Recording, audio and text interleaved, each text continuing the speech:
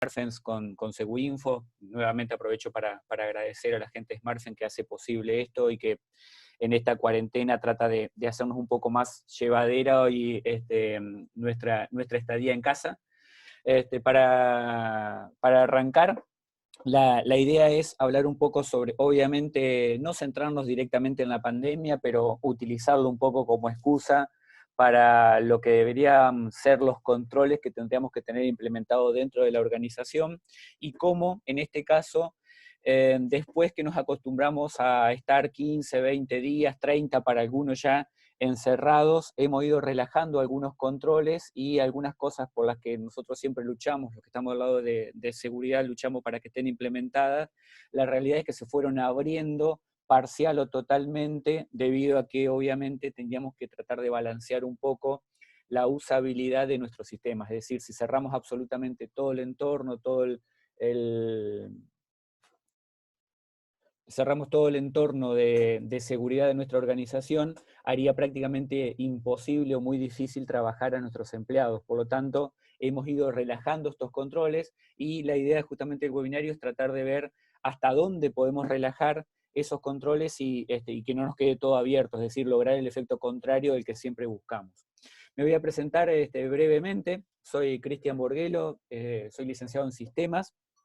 Hace aproximadamente 20 años que trabajo en seguridad de la información, tengo varias certificaciones relacionadas y soy director y creador del sitio Seguinfo, que pueden entrar, seguinfo.com.ar, pueden entrar sin ningún tipo de problema. La idea del sitio siempre ha sido y seguirá siendo, mientras por lo menos yo tenga aguante, brindar información gratuita y al alcance de todos, relacionada obviamente a seguridad de la información. Bien, vamos a comenzar entonces sin más dilación. Ante todo, siempre trato de, en estos webinarios que he estado dando en los últimos días, reforzar la idea de que nos quedemos en casa. Hoy por hoy no hay otro método muy probado que digamos que logre detener la pandemia. En distintos países, aquellos que han empezado antes, sobre todo los países asiáticos, si es que se le puede creer algo, a China sobre todo, se ha demostrado fehacientemente que quedarse y aislarse es una buena medida. Y para aquellos que todavía no lo han visto, lo he recomendado durante estos 20 días, aquellos que no lo han visto todavía, recomiendo este video de Bill Gates del año 2015, en donde una charla TED muy cortita de 8 minutos hace referencia a que esto que estamos viviendo podía pasar, es decir, hace 5 años, basado en algunos datos que él tenía de pandemias o epidemias en África sobre todo. Él hablaba que esto podía pasar y es bastante escalofriante la exactitud de los datos que tira en ese momento hace 5 años. Hoy viéndolo con el diario del lunes, digamos, relativamente sencillo darse cuenta que tenía razón, pero bueno, este es un muy buen video para verlo en esta época que estamos encerrados. No tiene nada que ver con lo que vamos a hablar hoy, pero está bueno tener esa información. Bien, centrándonos un poco en la charla de hoy, le voy a dejar unos segunditos ahí para esta diapositiva para que la leen. La realidad es que esto muchos de nosotros seguramente ha pasado para aquellos que estamos acostumbrados a trabajar hace mucho tiempo en forma remota, seguramente lo hemos vivido de una u otra manera. Para aquellos que están empezando a acostumbrarse ahora, seguramente lo deben estar viviendo en este momento. Todos hablamos de transformación digital, medio como que se ha transformado en el boom de la actualidad, la transformación digital.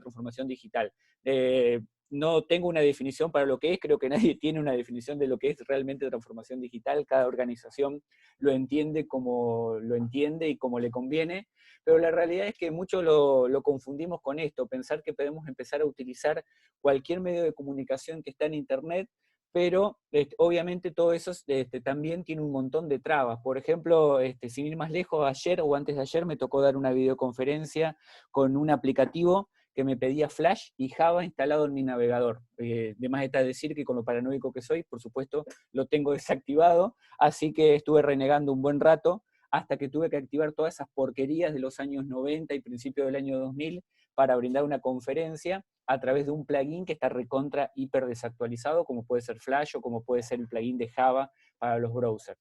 También tenemos, después nos dicen, mandate la diapositiva por correo electrónico. Sí, pero si tengo el correo electrónico limitado a 1 mega, difícilmente pueda hacer algo. Empezar a utilizar medios de transporte o de comunicación como pueden ser Dropbox, WeTransfer o cualquiera de los medios de nube que existen hoy para compartirlo, pero si lo tenemos bloqueado, también se hace difícil. Luego nos dicen, bueno, perfecto, usemos Google Docs, pero utilizar Google Docs significa que voy a compartir un montón de información sensible quizás, o crítica, o de negocio de mi organización, la voy a transferir a un medio que primero, tranquilamente, puede estar siendo monitoreado. De hecho, quizás no con Google Docs, o quizás sí, no lo sé, pero también puede pasar con Facebook. Hay muchos aplicativos, muchas organizaciones que hoy están utilizando redes sociales para trabajar abiertamente, y mucha información de negocio queda expuesta. Y después, bueno, perfecto, si no podemos utilizar ninguno de estos, podemos llegar al colmo y decir, bueno, mándamelo por fax. Obviamente esto está exagerado, pero la realidad es que es eso. Tenemos muchísimos medios de comunicación, pero también tenemos muchos filtros en el medio. Y para el usuario esto no es amigable. ¿Quién no habrá visto alguna vez esta imagen en donde tenemos que empezar a balancear la usabilidad versus la seguridad y la privacidad? Y el desafío en realidad es tratar de encontrar el balance entre las dos cosas. Y en muchos casos, para aquellos que hemos trabajado hace muchos años en seguridad, quizás habíamos logrado que la balanza se incline para el lado de seguridad un poquito, aunque sea, que no pase lo que veíamos recién en el cómic, en donde empezamos a abrir absolutamente todo para que el usuario trabaje cómodamente. Entonces, habíamos empezado a ganar un poco de restricciones, seguridad, privacidad. Ahora, la realidad es que se inclinó para el otro lado. ¿Por qué? Porque cuando empieza a aparecer el teletrabajo, esto que hablábamos hace unos días, por ejemplo, de la cantidad de ventajas que tiene esto, sin duda, yo por supuesto no estoy en contra ni mucho menos, de hecho yo teletrabajo hace prácticamente 10 años, eh, la realidad es que tenemos que lograr cierta facilidad y usabilidad, porque el usuario no está acostumbrado a trabajar con VPN, con escritorios remotos, con un montón de medidas de seguridad. Entonces tenemos que empezar a relajar los controles. Y lo que originalmente nosotros habíamos ganado entonces desde el punto de vista de seguridad, la realidad es que hoy lo inclinamos para el otro lado, lo empezamos a inclinar para el lado de la usabilidad y la facilidad de uso.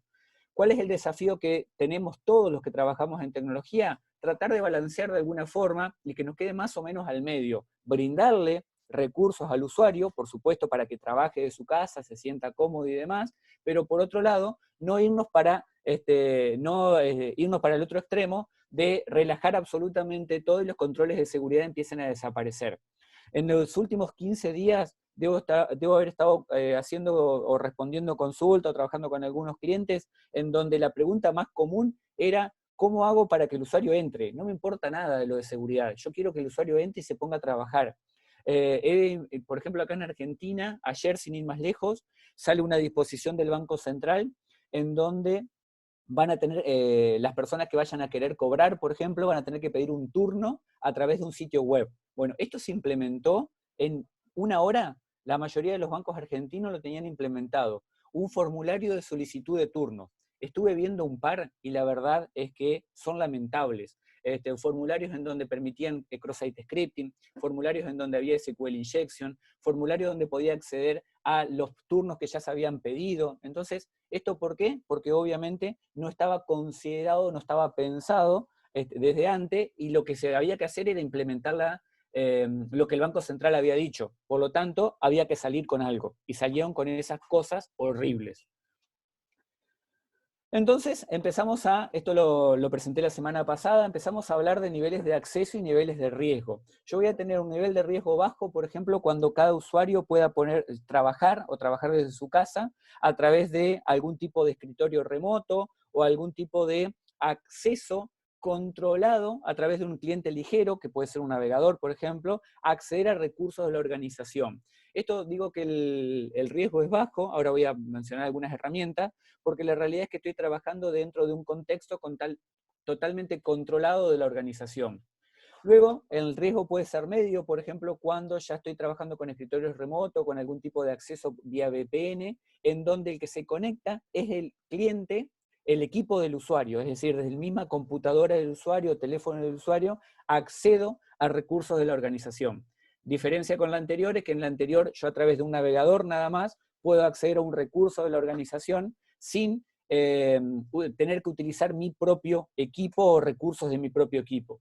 Y luego ya directamente a donde trabajo directamente en el equipo del usuario, es decir, me descargo un archivo o accedo a través de Google Docs, como decíamos anteriormente, o a través de cualquier otro recurso compartido, y trabajo los archivos directamente en mi equipo. Esto, por supuesto, el riesgo es más alto, no es alto, por decir, pero es más alto que lo anteriores, porque yo estoy trabajando con mi propio equipo y mi equipo podría estar infectado, podría estar en una red no confiable, un montón de contras que tengo cuando estoy trabajando en un equipo propio.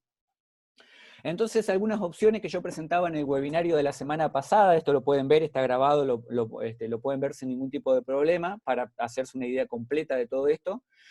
Puedo trabajar en un perímetro definido por software, lo que generalmente se conoce como SDP.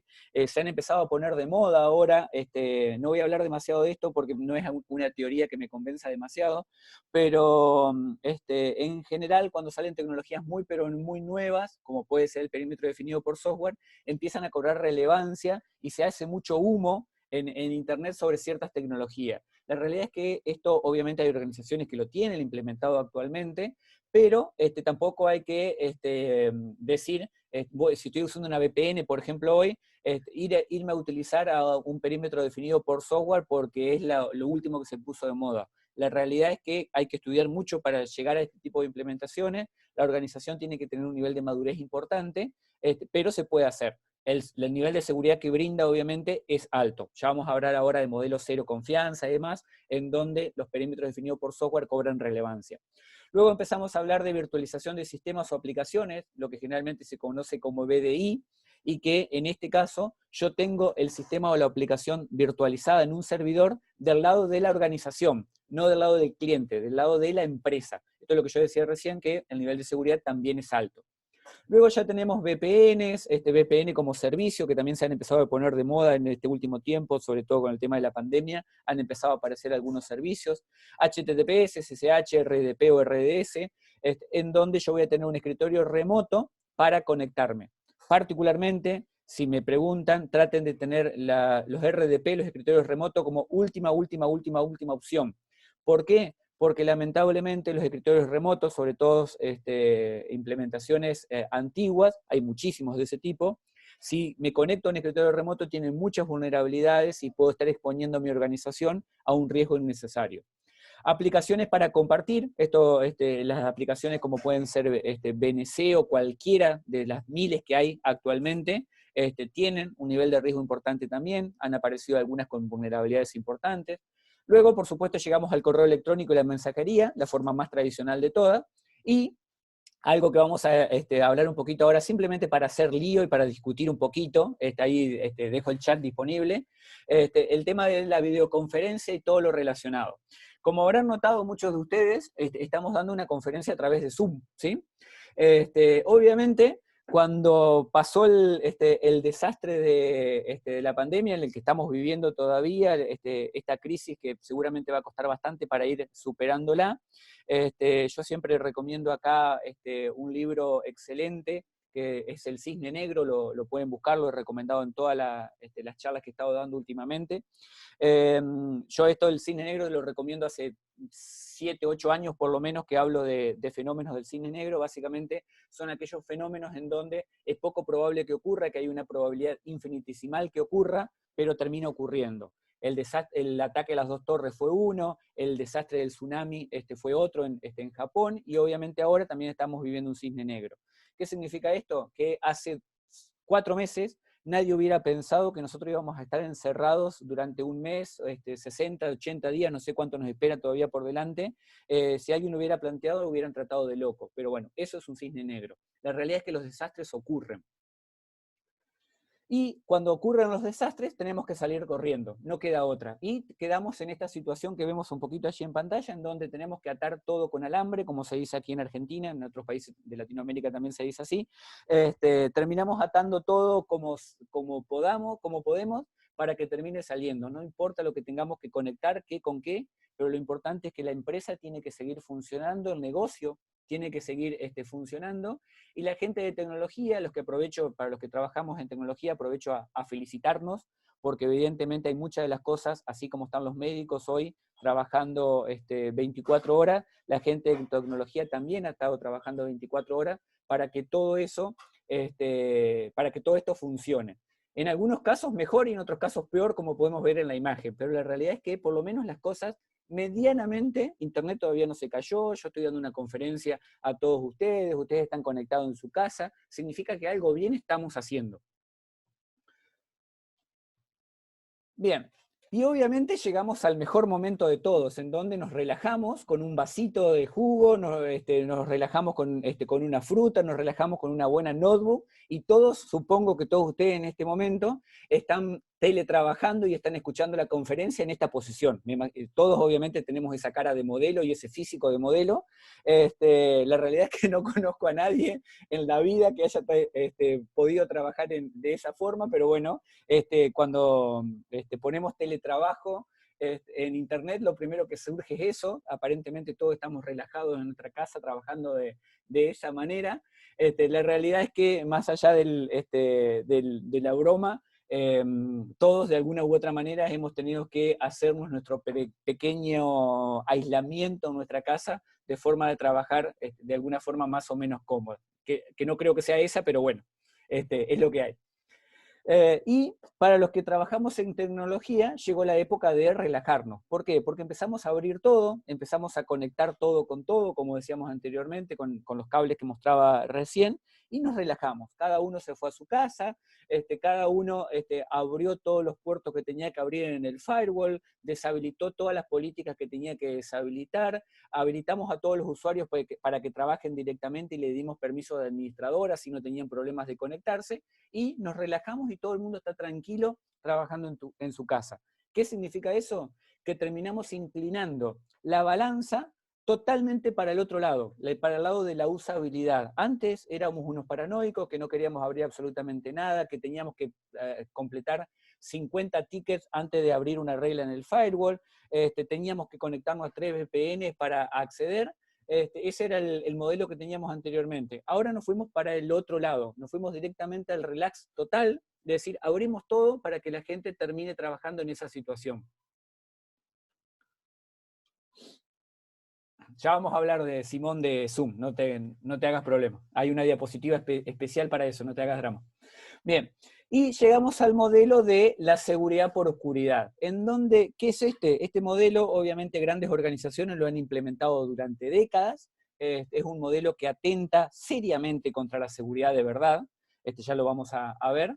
Básicamente el modelo de seguridad por oscuridad es aquel que se plantea que plantea la organización a partir de secretos. ¿Qué significa? Que yo de forma secreta implemento controles o implemento técnicas y asumo que nadie va a saber cuál es la metodología que yo estoy utilizando para proteger un dato, para proteger la información, para configurar alguna regla o, o tener una configuración determinada. Básicamente, termino confiando que el atacante nunca va a encontrar los puntos débiles de mi sistema, de mi aplicación y de mi organización. ¿Por qué digo que atenta seriamente contra la seguridad del modelo de seguridad por oscuridad? Porque básicamente lo que hace es simplemente confiar en que el atacante nunca va a encontrar nada. Y eso lo que significa es que estoy menospreciando, primero, al atacante, y segundo, tratando de ocultar cosas que sé que están ahí, pero que tarde o temprano alguien puede encontrar. Me baso totalmente en el secreto para brindar seguridad. Y eso es lo que terminó pasando justamente con Zoom, ¿sí? Muchos de nosotros conocemos Zoom hace aproximadamente 4 o 5 años, yo lo vengo utilizando desde hace tiempo, sobre todo para conferencias públicas, lo vengo utilizando, es una herramienta que anda muy, pero muy bien desde el punto de vista de usabilidad. de hecho no conozco a nadie que haya tenido problemas de usabilidad en el último tiempo, pero era cuestión de tiempo hasta que alguien le encontrara alguna vulnerabilidad. ¿Qué sucedía? Antes de la pandemia, la gente que utilizaba Zoom no era tanta y los especialistas no eran tanto y no estaban en el foco de atención. Por lo tanto, nadie se había puesto a buscar seriamente las vulnerabilidades y todos los puntos débiles que podía llegar a tener. Cuando se transforma en un boom, en los últimos días, obviamente, empiezan a aparecer investigadores, hackers, atacantes, delincuentes del otro lado, y empiezan a aparecer todos los puntos débiles que tenían. Aquellos que seguramente algunos Zoom los debe haber conocido, otros probablemente no, pero se basaron mucho en seguridad por oscuridad. Es decir, nuestra aplicación hoy funciona, se ve bonita, anda bien, la gente se puede conectar, es sumamente usable, y atrás de toda esa parafernalia de marketing escondemos un montón de cosas. Por ejemplo, que algunos de los servidores que se están utilizando, algunos no, en realidad los servidores que se utilizan para las videoconferencias son servidores propios de Zoom. Y acá aparece una cosa interesante. Mucha de la gente que critica Zoom actualmente, quiero aclarar, no tengo ningún tipo de relación ni comercial, ni ningún tipo de vínculo, absolutamente nada con Zoom, ¿sí? Todo lo que voy a decir es opinión absolutamente personal y lo dejo abierto a discusión en el chat. Aparece muchísima gente criticando que Zoom utiliza servidores que están en China y que utiliza servidores que son propios. Es cierto, sin duda, y eso es un error desde el punto de vista de privacidad y de privacidad de las comunicaciones, sobre todo si yo quiero tener una comunicación uno a uno o con mi grupo de trabajo. Esto es una violación, o podría representar una violación a la privacidad, porque significa que Zoom potencialmente, no quiere decir que lo tenga, pero probablemente lo tenga, tiene acceso a las comunicaciones. Es cierto. La pregunta que yo hago es desde el otro lado. ¿Quiénes de ustedes, los que están conectados en este momento, no utiliza WhatsApp, aparte de mí, que no utilizo WhatsApp? ¿Y por qué no utilizo WhatsApp? Porque todas las comunicaciones pasan por servidores centralizados que tiene Facebook y que son de Facebook.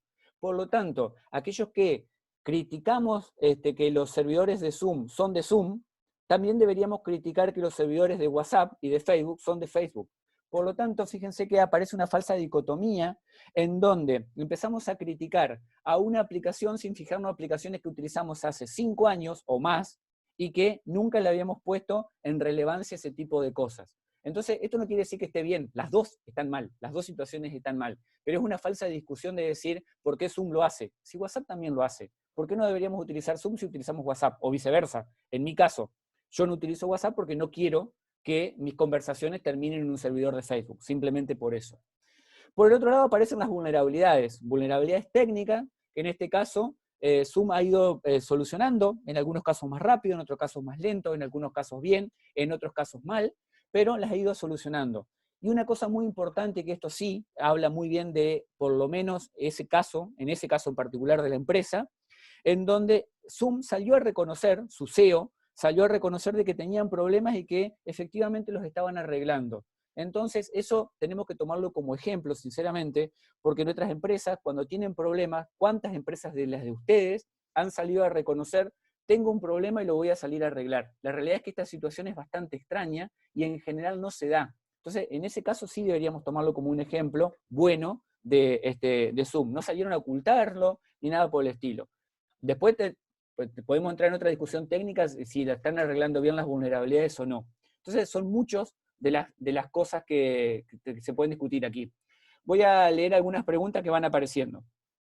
Pues exactamente, yo recién mencioné Facebook simplemente porque yo tengo una lucha personal con WhatsApp, pero Google también lo hace, Microsoft también lo hace, Twitter también lo hacen absolutamente todas las empresas grandes. Simplemente ahora Zoom cobró mucha relevancia por lo que ha pasado últimamente. Otro tema también relacionado con Zoom es el Zoom bombing. El Zoom bombing apareció muchísimo en las últimas semanas, y esto ahí no tiene nada que ver Zoom, tiene que ver la configuración que nosotros hacemos de la aplicación. Es cierto, ahora vamos a hablar de seguridad por defecto, ya lo vamos a ver, que han ido agregando funcionalidades por defecto adicionalmente. Pero originalmente, gran parte de los Zoom bombing que aparecía, es decir, personas que aparecían en nuestras reuniones, no era por culpa de Zoom, era porque nosotros teníamos mal configuradas las características de seguridad de Zoom. Entonces, fíjense que hay muchos enfoques posibles. Ahí Maxi me hace una pregunta. Exactamente. Maxi, por ejemplo, dice que es muy importante qué tipo de nivel de confidencialidad deberíamos establecer. Por ejemplo, esta conferencia es pública, está siendo grabada y va a ser publicada en los sitios web. Entonces, ¿es importante que quede grabada en un servidor de Zoom? Y la verdad que desde el punto de vista de confidencialidad, no. Ahora, si estamos hablando desde de una conferencia privada, sensible, con mis empleados o con gente de confianza, no está bueno que esté siendo grabada en un servidor de Zoom. Entonces también tenemos que evaluar eso.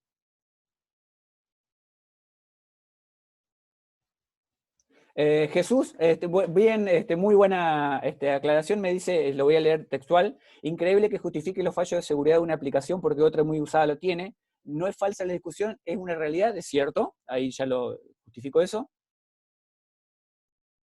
Bien, básicamente no estoy justificando los errores, no estoy justificando los fallos de seguridad, ¿sí?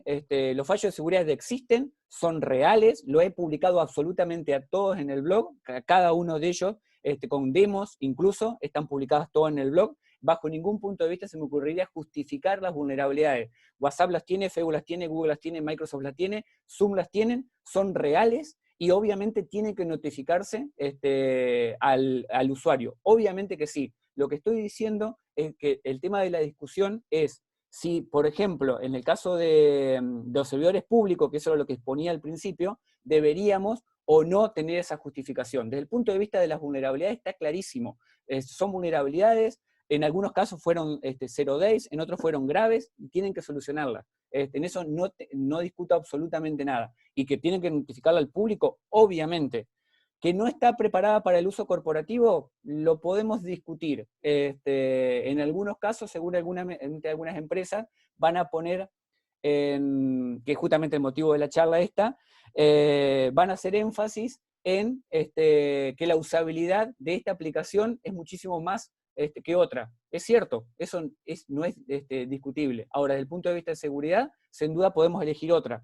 Después te van a poner también en tela de juicio el monto o el costo. Zoom es más barata que otra. O podríamos irnos directamente a aplicaciones open source, como han aparecido últimamente, en la última semana, aplicaciones excelentes, por ejemplo Jitsi, exactamente como menciona ahí Luis, que también ha tenido problemas de seguridad ya, sin duda. Por ejemplo, Jitsi, para aquellos que lo hayan usado, yo también la utilizo. Cuando nosotros damos el nombre de sesión, si ponemos un nombre de sesión muy fácil, podemos entrar a una conferencia de otra persona, ¿sí? Esto lo pueden probar, es open source, no hay grabación del lado del servidor, todo eso es superior en muchos aspectos a Zoom. Pero eso no significa que tenemos que mudarnos absolutamente todo y decir confiar ciegamente en una aplicación como puede ser Jitsi, porque también debe tener problemas. Entonces, no estamos hablando acá de 100% seguridad, estamos hablando justamente de lo que mencioné al principio, tratar de balancear las dos cosas y que las discusiones que tengamos desde el punto de vista de usabilidad y del punto de vista de seguridad tengan sentido.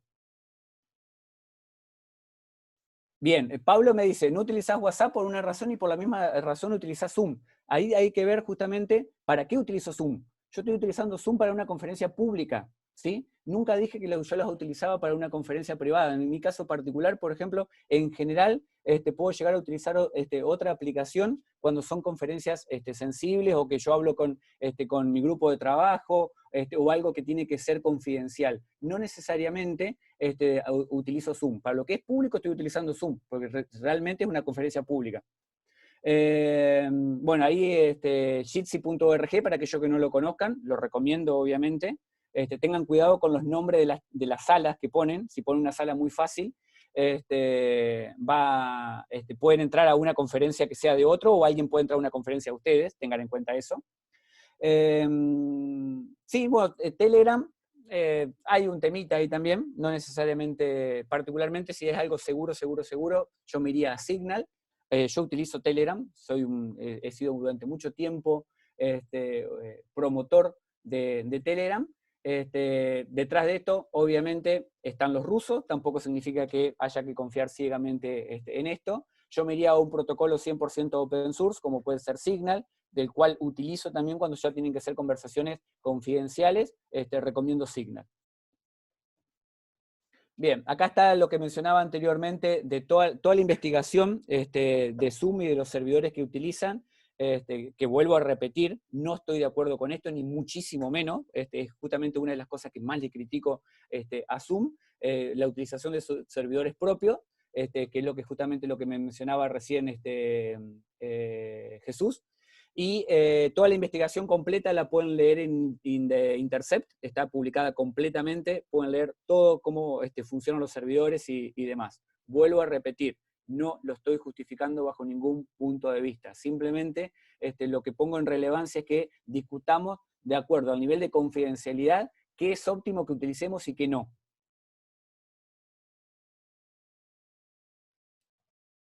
Bien, ¿qué significa todo esto? Que empezamos a perder la confianza, ¿sí? Muchas veces, en general, cuando nosotros empezamos a inclinar la balanza hacia el lado de la usabilidad, es porque confiamos en nuestros empleados, confiamos en nuestros clientes, confiamos en nuestros empleados. La famosa frase, pero no, ¿qué va a hacer? Si este es un empleado bueno, hace 20 años que trabaja acá, no va a suceder nada. La realidad es que actualmente todo esto se toma para el lado de la confianza. Obviamente, cuando estamos hablando de seguridad, hay modelos que totalmente rompen este modelo de decir confío ciegamente en mis empleados y se van a inclinar la balanza hacia el otro lado, a lo que se conoce como mentalidad de confianza cero o zero trust, en donde básicamente lo que hago es pensar que las amenazas obviamente ocurren, están todo el tiempo, y que mi organización ya ha sido comprometida. El único tema es que todavía no lo sabemos, eso es la gran realidad. Completamente nuestra organización está siendo atacada todo el tiempo.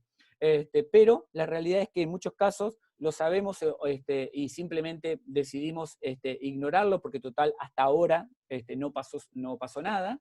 Y en situaciones como la actual, en donde, por ejemplo, cuando empieza a aparecer lo de Zoom bombing, nos damos cuenta que quizás utilizar Zoom con el ID de conferencia abierto no es una buena idea. Obviamente, esto nos empezamos a dar cuenta cuando hay casos tan relevantes como esto, pero la realidad es que todo el tiempo pasa. Las vulnerabilidades siempre estuvieron, los ataques siempre estuvieron, la realidad es que no les prestábamos atención.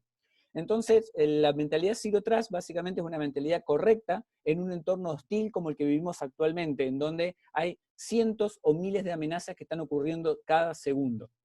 Y se basa en nunca confiar y verificar absolutamente todo. Lo que dice ahí de Never Trust, Always Verify, en donde asume que los actores ya están dentro de nuestra organización, los actores maliciosos ya están dentro de nuestra organización y van a estar atacándonos continuamente y tratando de vulnerarlos de alguna forma. Básicamente, el modelo Zero Trust lo que hace es tratar de fortalecer servicios de identidad, que ahora vamos a hablar un poco, servicios de autenticación, autorización y análisis de dispositivos, de forma tal que cada persona que va a entrar a nuestra organización o a nuestros recursos tiene que pasar por un proceso de verificación fuerte antes de que nosotros le demos acceso.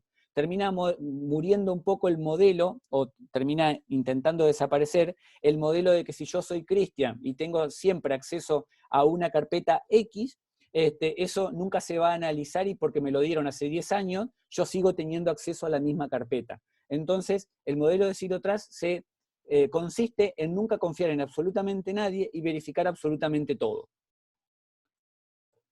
Entonces empiezan a aparecer, acá pueden ver un paper, está enlazado en la parte inferior, en donde empiezan a aparecer autenticación de factor cero, en donde compite con los factores que vamos a ver dentro de un ratito de segundo factor de autenticación, tercer factor de autenticación, cuarto factor de autenticación. En este caso, el Zero Factor básicamente se basa en recolectar continuamente, y cuando digo continuamente es continuamente, todo el tiempo, recolectar información del usuario, de forma tal que yo voy a poder ir refinando la característica de un usuario en particular y construyendo lo que se conoce como ADN digital, es decir, tratar de que toda la información que yo recolecto del usuario me sirva para identificarlo.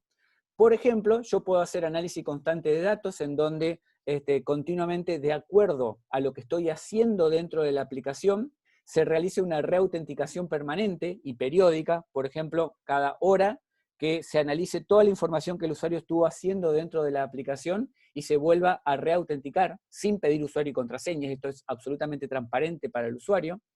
Y se basa también en conceptos de transparencia y privacidad. Transparencia, por ejemplo, que Zoom no estaba cumpliendo, porque en ningún momento estaba informando, por ejemplo, que sus servidores eran propios, o hacía marketing de que su cifrado era extremo a extremo, cuando en realidad era falso.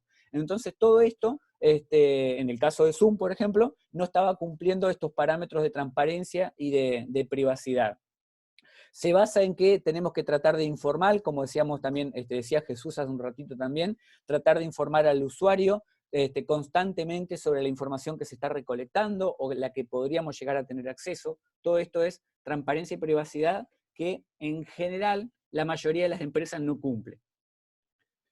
Y entonces tenemos el factor de múltiple autenticación que decía recién, el segundo, tercero, cuarto factor. En este caso, se agrega un mecanismo de protección contra ataques, generalmente contra fuerza bruta o de ingeniería social, tratando de, ya que no, vamos a suponer, no puedo cumplir el zero factor que decíamos recién, por lo menos pedirle un factor adicional al usuario, de forma tal que escriba su usuario y su contraseña, y adicionalmente, por ejemplo, me pide algún tipo de token, algún tipo de validación adicional, ya sea por hardware o por software, para tratar de verificar la identidad. Entonces, fíjense que ahí tenemos de vuelta dos modelos distintos. Por un lado, el modelo de múltiple factor, en donde yo de alguna forma agrego métodos de seguridad, pero es un método de seguridad bastante molesto. De hecho, la mayoría de los usuarios generalmente cuando alguien le pide doble factor de autenticación, le dice que tiene que tener el teléfono, que tengo que recibir un token, que tengo que recibir un SMS. En general a los usuarios no les gusta mucho. Y por el otro lado, tengo un factor directamente, un zero factor, en donde de forma transparente trato de autenticar continuamente al usuario, no lo molesto, no le pido un factor adicional, pero por otro lado estoy recolectando muchísima información de él. Nuevamente, tenemos que elegir para qué lado queremos inclinar la balanza. Para el lado de la seguridad completa o al lado de la usabilidad y de ofuscar al usuario de alguna forma. Obviamente acá en el caso de múltiples factores tenemos biometría, teléfono móvil, PIN, TOTP, social login, push notification, autenticación por QR, montones de métodos.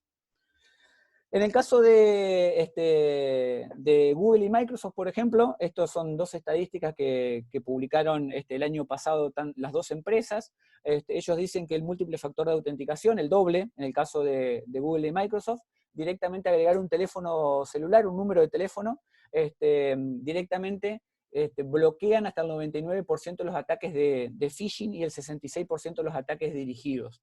Y en el caso de Microsoft dice que llega a bloquear hasta el 99,9% de inicio de sesión no autorizado, simplemente pidiéndole un token adicional al usuario. Entonces no son datos que tiraron ellos porque sí, están basados en estudios que hicieron en los últimos años en sus plataformas de Google y en la plataforma de Azure. Lo pueden leer, a los estudios están publicados.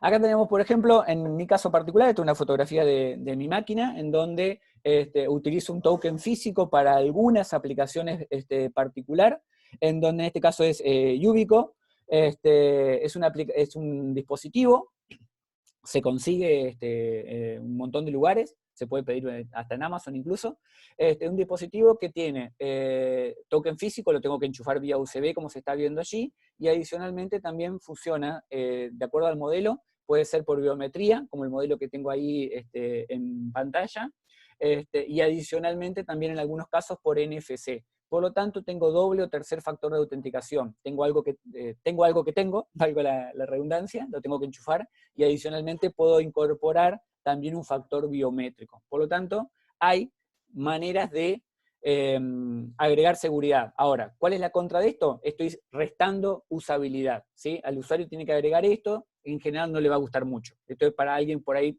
como nosotros que solemos ser medio bastante fanáticos de la privacidad y de la confidencialidad. Y esto nos lleva a tres principios que voy a ir mencionando ahora. Seguridad por diseño, en donde la realidad es que cuando yo hoy mostraba la imagen del señor tirado bajo los cables, tratando de enchufar todo con todo para que algo funcione, es la situación en la que nos quedamos hoy. Muchas empresas porque tuvimos que empezar a abrir aplicaciones, tuvimos que empezar a abrir sitios web, tuvimos que empezar a abrir escritorios remotos, crear VPNs rápidamente para que todo salga funcionando. Los sitios web tuvimos que poner los controles más laxos para que cualquiera se pueda registrar. Las aplicaciones, los bancos, por ejemplo, en algunos casos que tenían aplicaciones por biometría lo tuvieron que sacar porque había usuarios que no le funcionaba, de acuerdo a la tecnología de su teléfono celular, no le funciona bien la biometría. ¿Esto por qué? Porque la realidad es que empezamos a meter medidas de seguridad a la fuerza, en el caso de biometría, por ejemplo, o terminamos sacando todo. ¿Por qué? Porque no andaba.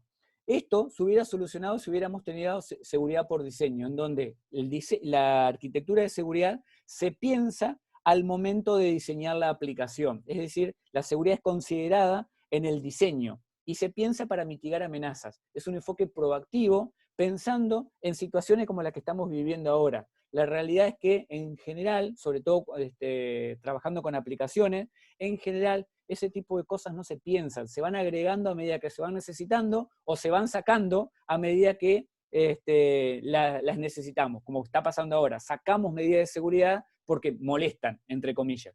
Entonces, si hubiéramos pensado en seguridad en diseño desde el principio, no estaríamos en esta situación. Yo, obviamente, hablando de vuelta, con el diario Lunes fácil.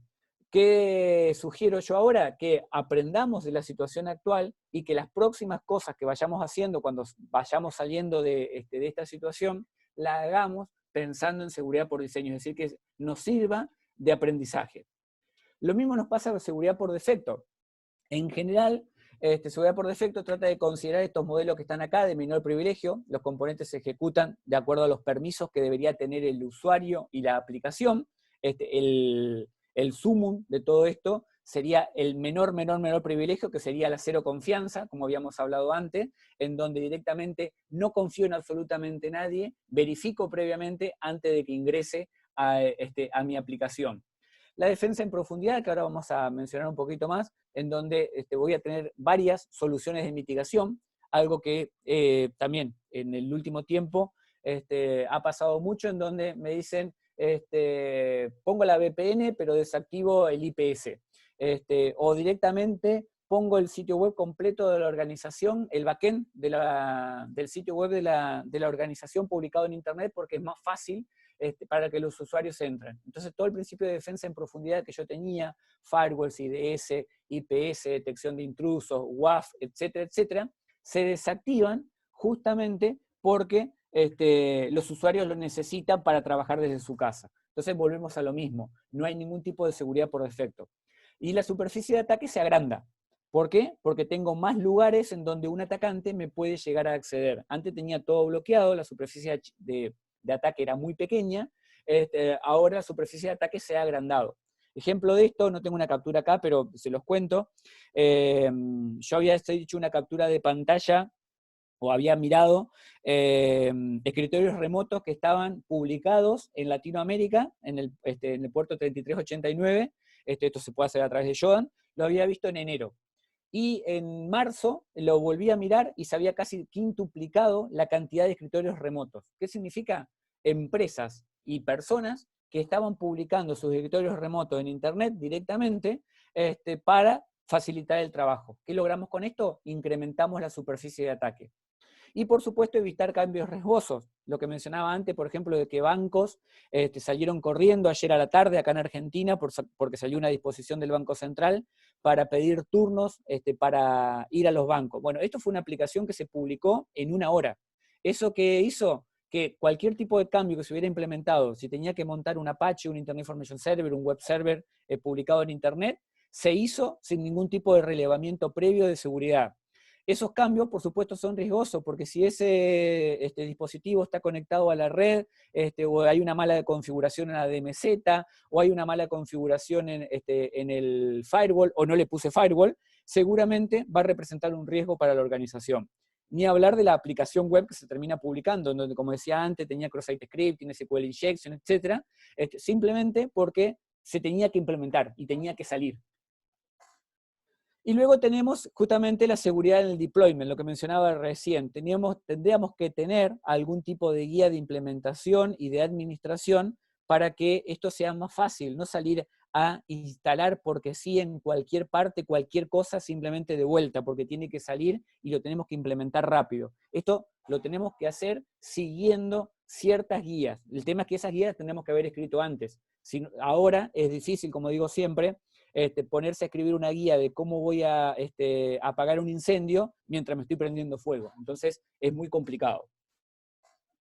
Y finalmente tenemos todo lo que tenga que ver con privacidad y comunicación. Privacidad por diseño, privacidad por defecto y privacidad en deployment. Mismos conceptos anteriores, pero en vez de aplicado a la seguridad, es a tratar de notificar sobre todos los principios de privacidad que tiene el usuario. Cómo se recolecta la información, cómo se va a almacenar, cómo se va a compartir. Ejemplo que mencionaba anteriormente, una aplicación para pedir turnos en un banco aquí en Argentina. Pide el registro de todos mis datos personales, pero en ningún momento se notifica qué van a hacer con mis datos personales, qué se va a hacer con mi documento, con mi foto, con los datos personales que ingreso, dónde vivo, etc. Dónde va a quedar almacenado, si lo va a tratar la empresa de alguna forma, si lo va a compartir con terceros, si lo va a compartir con sus asociados, si se va a subir a la nube. Aplicaciones biométricas que han aparecido en las últimas semanas, que directamente almacenan la foto del usuario en la nube de un tercero. Todo eso, evidentemente, está violando los principios de privacidad por diseño. Y vuelvo al caso de Zoom, en donde directamente las conferencias quedaban almacenadas o se procesan en un servidor propio de Zoom. Volvemos al mismo caso. Y obviamente el caso de la comunicación, que decía recién, tratar de publicar estas declaraciones de privacidad, o sea, hacerlo público, las famosas políticas de privacidad que traten de promover la transparencia. ¿Cómo voy a tratar los datos del usuario? Yo lo que los desafío a ustedes, a cada uno de ustedes, es que en sus sitios web, de sus propias organizaciones, vayan y miren las políticas de privacidad. ¿Cuándo fue la última vez que las actualizaron? ¿Qué datos están recolectando? ¿Cuándo fue la última vez que un empleado o un cliente ejerció una habeas data en sus organizaciones y cómo ustedes trataron esos datos? Háganlo como un ejercicio, no para solucionarlo ahora quizás, pero sí para que quede para el futuro inmediato cuando salgamos de esto, que espero que sea rápido. Ahí Luis me pregunta... Sí, bueno, Luis me pregunta, dice, ¿la solución en estos casos de apuro puede ser publicar en servidores que no son propios, con aplicaciones sin seguridad? Sí, sin duda. Por ejemplo, sin ir más lejos, un par de bancos pude constatar que están están publicando estas aplicaciones de pedido de turno, por ejemplo, en servidores de terceros. Perfecto. No, me dicen, esto está bueno porque no está conectado a la LAN y a la organización de ninguna forma, es un servidor tirado ahí en Internet. Entonces yo repregunto lo de privacidad de recién. Los datos que yo estoy recolectando en ese servidor que está en una nube aislada, ¿quién los tiene? ¿De quién van a ser los datos? ¿Cómo van a quedar almacenados? ¿Cómo se van a compartir? ¿Cuándo se van a borrar? Porque la realidad es que yo debería borrarlos después que le doy uso. Entonces, ese tipo de cosas, vuelvo siempre sobre las mismas preguntas. Bien, como para ir finalizando, así cumplimos bien el tiempo, el principio del mínimo privilegio, lo que decíamos anteriormente, de Zero Trust, justamente la idea es tratar de limitar a los sujetos que acceden a una aplicación o a objetos que acceden a una aplicación de forma tal que solamente pueda acceder a los recursos y a las tareas que necesita. Esto actualmente, este tipo de controles de mínimos privilegios en los últimos días, últimos meses, se han relajado terriblemente porque directamente le damos acceso a todo, a todos. ¿Por qué? Porque necesitan trabajar. Entonces, vuelvo sobre los mismos puntos anteriores. ¿Cómo deberíamos pensar la limitación de los usuarios para que hagan sus tareas, pero lo hagan de una forma en donde se cumpla el principio de mínimo privilegio? De vuelta a lo mismo. Hablando con el diario del lunes, es sencillo. Pero si agarramos esto como un desafío para el futuro inmediato, creo que podemos aprender muchísimo de las situaciones que estamos viviendo. Estas situaciones de emergencia y de apuros, como dice Luis, no tendríamos que estarlas viviendo en este momento si hubiéramos planificado adecuadamente nuestros modelos de seguridad. La realidad es que no lo hacemos, por lo tanto, terminamos pasando esto. Y lo que termina pasando, acá tenemos un castillo que muestro siempre cuando hablo de mínimos privilegios y defensa en profundidad. El modelo de defensa en profundidad plantea el mismo modelo que planteaba en la Edad Media el castillo. Yo iba a tener un montón de medidas de seguridad hasta llegar al lugar donde estaba el rey o estaba algún tipo de autoridad de ese castillo. La realidad es que hoy, con todos estos modelos de seguridad relajados, hemos sacado el foso, hemos sacado el puente, hemos sacado la puerta de acceso, sacamos las cortinas, sacamos la torre, sacamos los arqueros, sacamos los animales peligrosos que podía haber dentro del foso, etcétera, etcétera. ¿Por qué? Porque debíamos acceder al núcleo de nuestro negocio y seguir trabajando. Entonces, eso es lo que tenemos que empezar a plantear cómo podemos trabajar con niveles de seguridad adecuados, brindando usabilidad al usuario también, sin rechazar absolutamente todo. Bien, ahí Marcelo, exactamente, bienvenido Marcelo, no te había visto que estabas. Me dice que trabajar con mínimo privilegio es necesario previamente, ahí está la palabra clave, existe una adecuada clasificación de información relacionada a la confidencialidad. Y justamente no caer en que todo es confidencial, que por ahí es un error muy común. Cuando nosotros vamos a hacer clasificación de la información decimos, a ver, ¿qué querés proteger? Y la respuesta básica es, marca todo confidencial porque todo es importante. Y nos damos cuenta que después no es así. Entonces tenemos que, evidentemente, clasificar la información.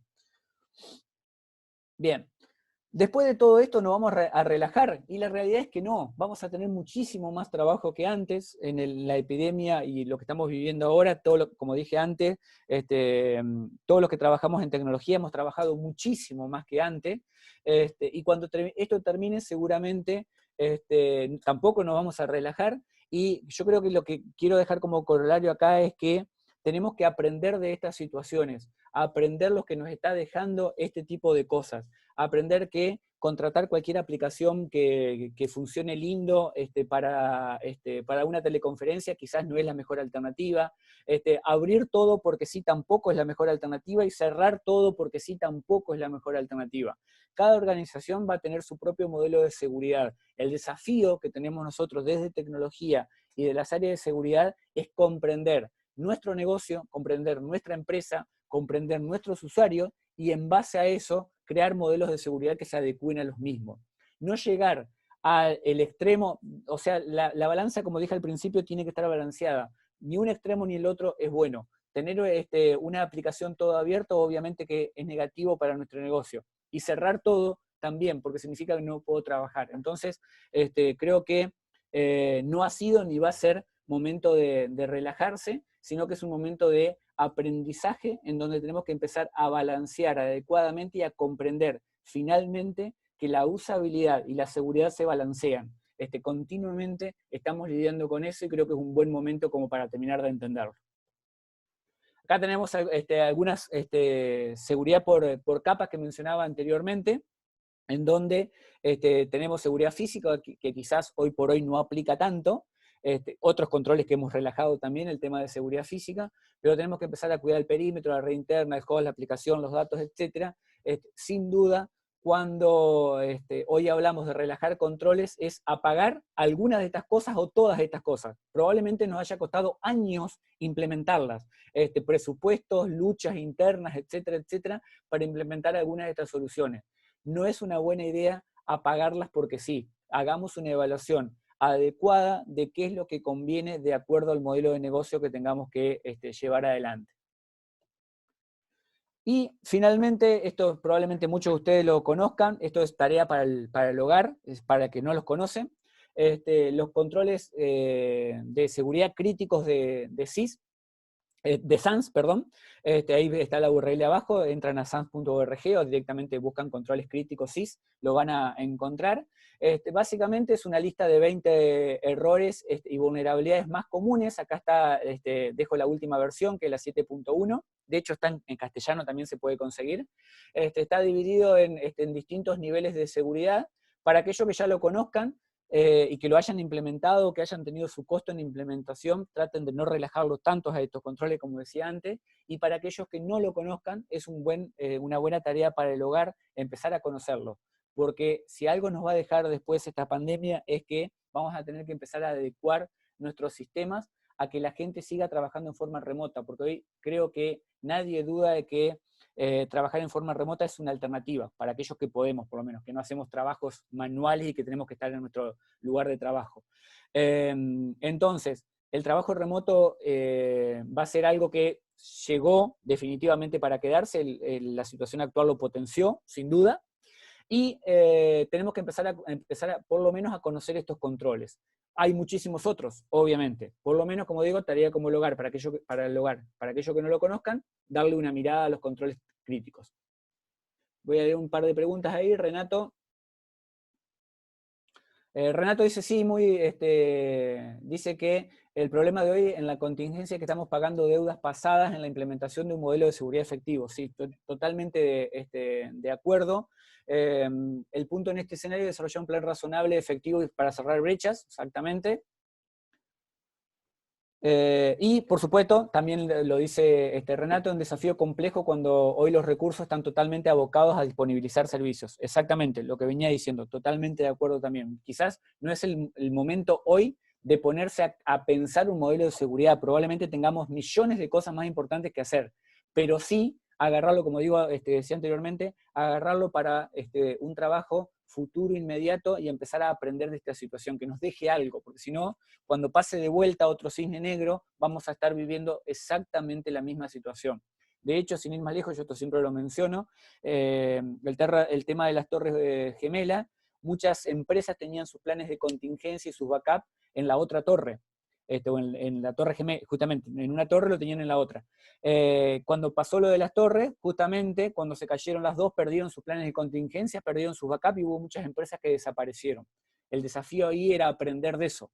Sin embargo, seguramente muchos de nosotros todavía no aprendió de ese error. Y la idea es justamente tratar de aprender de esto. Bien, ¿alguna otra pregunta, consulta, mientras tanto?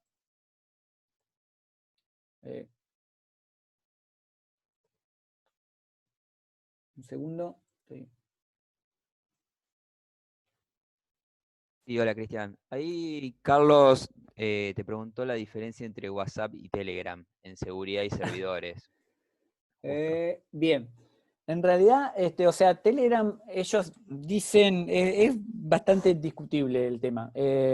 O sea, WhatsApp por un lado, ambos aseguran criptografía extremo a extremo. Lo tienen, los dos tienen extremo a extremo. La particularidad es que en el caso de WhatsApp, obviamente pasa por los servidores de ellos, sin duda, no hay ninguna discusión de esto, pero fácilmente pueden hacer una prueba de hablen algo en WhatsApp sobre un tema que no hayan hablado nunca con otra persona, van a ver que al momento o a los días o el momento que sea, empiezan a aparecer publicidades relacionadas en Facebook, esto simplemente porque los servidores son los mismos y son compartidos. En Telegram, obviamente las conversaciones también quedan en sus servidores, esto es fácil de comprobar porque si yo desinstalo Telegram o cambio de teléfono y pongo la misma cuenta, todas las conversaciones se bajan de vuelta a la nueva cuenta, por lo tanto, obviamente, los dos almacenan conversaciones de su lado. Uno lo hace un poco más abierto, otro lo hace un poco más cerrado, pero la realidad es que ambos lo hacen. La diferencia en el protocolo, en el caso de WhatsApp, es un protocolo cerrado. Si bien ellos dicen que está basado en el protocolo de Signal, de hecho la persona que está a cargo de llevar adelante es la misma persona que Signal. La diferencia con Signal es que es 100% abierto, el protocolo de WhatsApp es cerrado. Y en el caso de Telegram, el protocolo es abierto, que eso no significa que no graben las conversaciones igual. Entonces, hay diferencias, son pocas. Yo creo que el gran tema entre uno y otro es cómo utilizan esa información. WhatsApp la está utilizando abiertamente desde hace mucho tiempo para hacer publicidad y para hacer tracking de usuarios. Telegram todavía no lo ha hecho, que no significa que no tenga el poder para hacerlo, ¿sí? Por eso, al principio yo me decantaba por utilización de Signal, justamente porque el protocolo es abierto y no hay evidencia de que quede, hasta ahora por lo menos, no quiere decir que no lo estén haciendo, que las conversaciones estén grabadas en los servidores de Signal, ¿sí? Bárbara, bueno, muchas gracias, Bárbara, por tus palabras.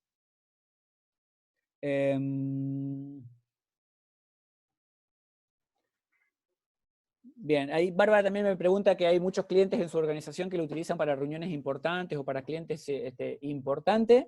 Ahí yo, como decíamos anteriormente, que me planteaba Jesús, si son conversaciones que tienen que mantenerse confidenciales o con cierto grado de confidencialidad, yo no recomendaría Zoom, recomendaría otro medio de comunicación. Si son conferencias públicas como esta que estamos manteniendo ahora, sinceramente no veo el inconveniente. Al margen de que recomiendo parcheen a la actualización que salió ayer, ¿sí? Que es una actualización, prácticamente día por medio están parcheando, bajen las actualizaciones, ¿sí? Eso es fundamental en cualquier aplicación. Y piensen también quiénes de ustedes tienen todas las aplicaciones que utilizan en su computador y en su teléfono celular, la tienen parcheadas, ¿sí? Hagan ese ejercicio también intelectual. Fernando.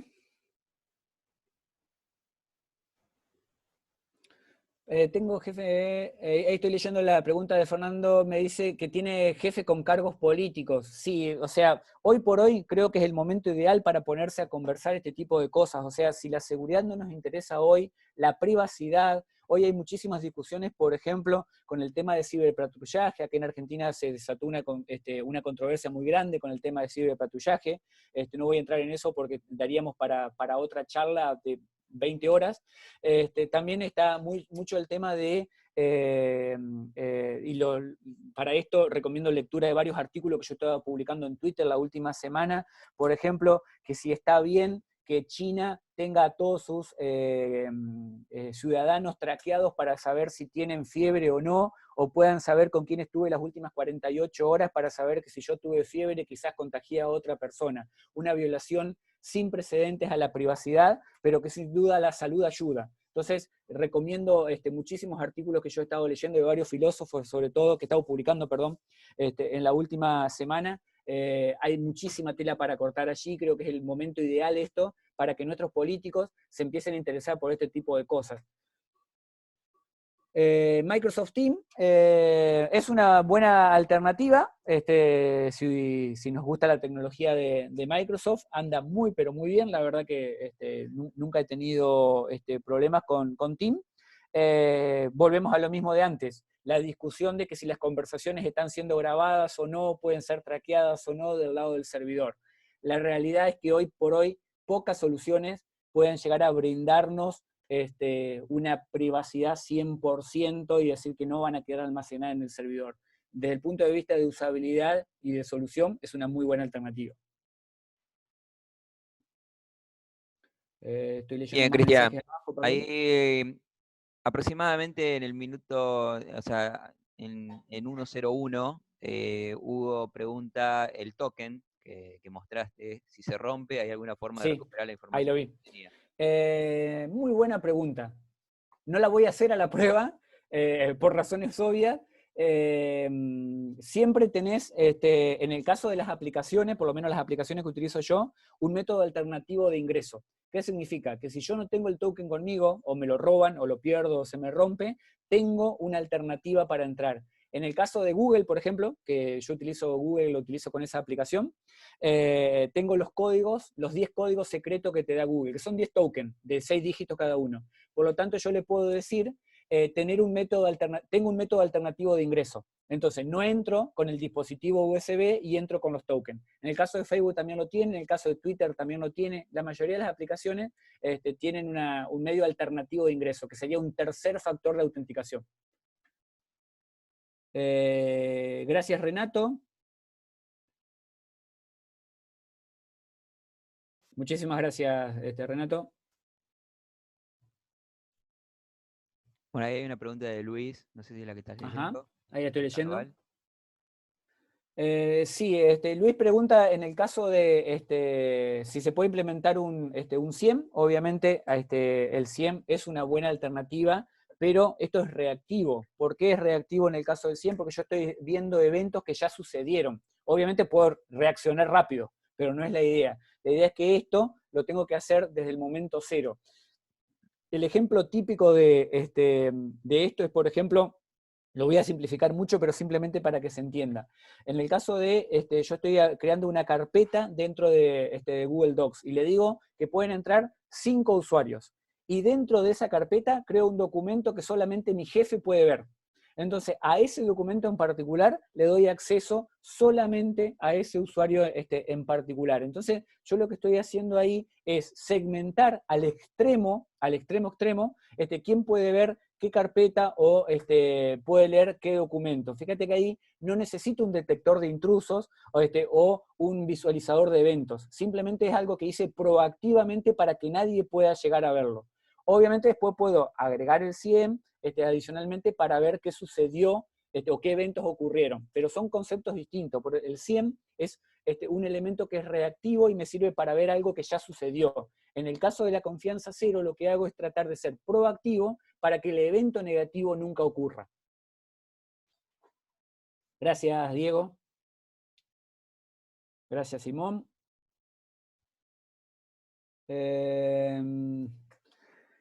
Ahí yo sabía que iba a aparecer esta pregunta. Luis pregunta, herramientas menos vulnerables para escritorios remotos.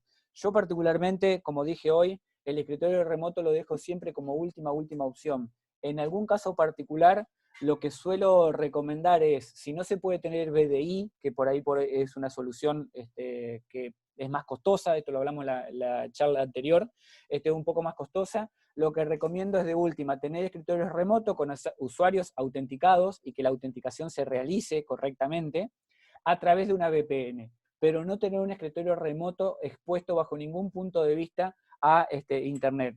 La realidad es que hoy todas las aplicaciones de escritorio remoto o para compartir de alguna forma aplicaciones tienen en mayor o menor medida vulnerabilidades o algún tipo de inconveniente o problema. TeamViewer, BNC, nombren cualquiera. La mayoría tienen sus problemas. Yo lo que recomiendo es tener 2 niveles, o sea, seguridad por niveles, como decíamos antes, entrar a una VPN y después de última a un escritorio. Nunca el escritorio por defecto. Gracias, Hugo. Muchas gracias, Andrés. Gracias, Juan. Bueno, vamos a ir cerrando acá. Creo que leí todos los comentarios y todas las preguntas. Muchísimas gracias. Más que nada, esto era una idea de tratar de, como dice ahí Hugo, hacer un poco de ejercicio intelectual de hasta dónde podemos llegar a compartir cualquier cosa y hasta dónde es necesario cerrar absolutamente todo. Creo que ninguna de las dos opciones es buena. Y la idea justamente es tratar de hacer ese ejercicio entre todos. No hay una solución única para todas las empresas, si no sería todo muy fácil y ninguno de nosotros creo estaríamos trabajando. La idea es que todos hagamos ese ejercicio y podamos cumplirlo dentro de nuestras organizaciones. Algunos van a tener un modelo cero trust, como puede ser Google o Microsoft, que lo utilizan en este momento. Otros dirán, no, Cristian se volvió un paranoico, siempre ha sido un paranoico en realidad, yo voy a dejarle el escritorio remoto y le voy a dejar todos los accesos abiertos a mis usuarios. Lo importante, yo creo que acá no hay un todo bien o todo mal. Lo importante es que hagamos un adecuado balanceo, como fue el principio de la charla. Gracias, Claudia. Gracias, Pablo. Gracias, Jim. No voy a decir tu apellido sin porque lo voy a pronunciar mal, ya sé. Muchísimas gracias a todos y nos estaremos viendo en algún otro webinario, charla, ya sea presencial o remoto. Espero que sea presencial. Muchas gracias una vez más a Smartphones por poner a disposición todo esto. Y iba a decir gracias Zoom, pero se me van a enojar. Gracias Smartphones una vez más y nos vemos en cualquier momento. Chao. Bueno, yo voy a dar un pequeño cierre nomás. Bueno, ahí le dejo un par de links al blog. Uno es un poco, como decía Cristian, tanto en esta charla como en la anterior, hay muchas cosas que, bueno, lamentablemente no las podemos hacer ahora. O sea, estamos en el medio de la tormenta y hay que pasarla. Pero bueno, la idea es ver qué es lo que nos podemos preparar, digamos, para la próxima. Un poco esa idea. Así que bueno, le dejo dos artículos del blog nuestro. Uno tiene que ver con la reducción un poco de los riesgos en esta situación y el otro tiene que ver con el home office by design, que tiene que ver, bueno, prepararnos para un home office para el futuro. Yo creo que muchas empresas le van a agarrar un poco el gusto a esta forma de trabajar y vamos a ir un poco hacia eso, y del área de sistemas y de seguridad vamos a tener que que ir trabajando en medidas de seguridad para ese tipo de trabajo que creo que se va a venir después de esto. Como siempre, Cristian, muchas gracias y muchas gracias a todos y los esperamos en la próxima. Gracias, hasta luego.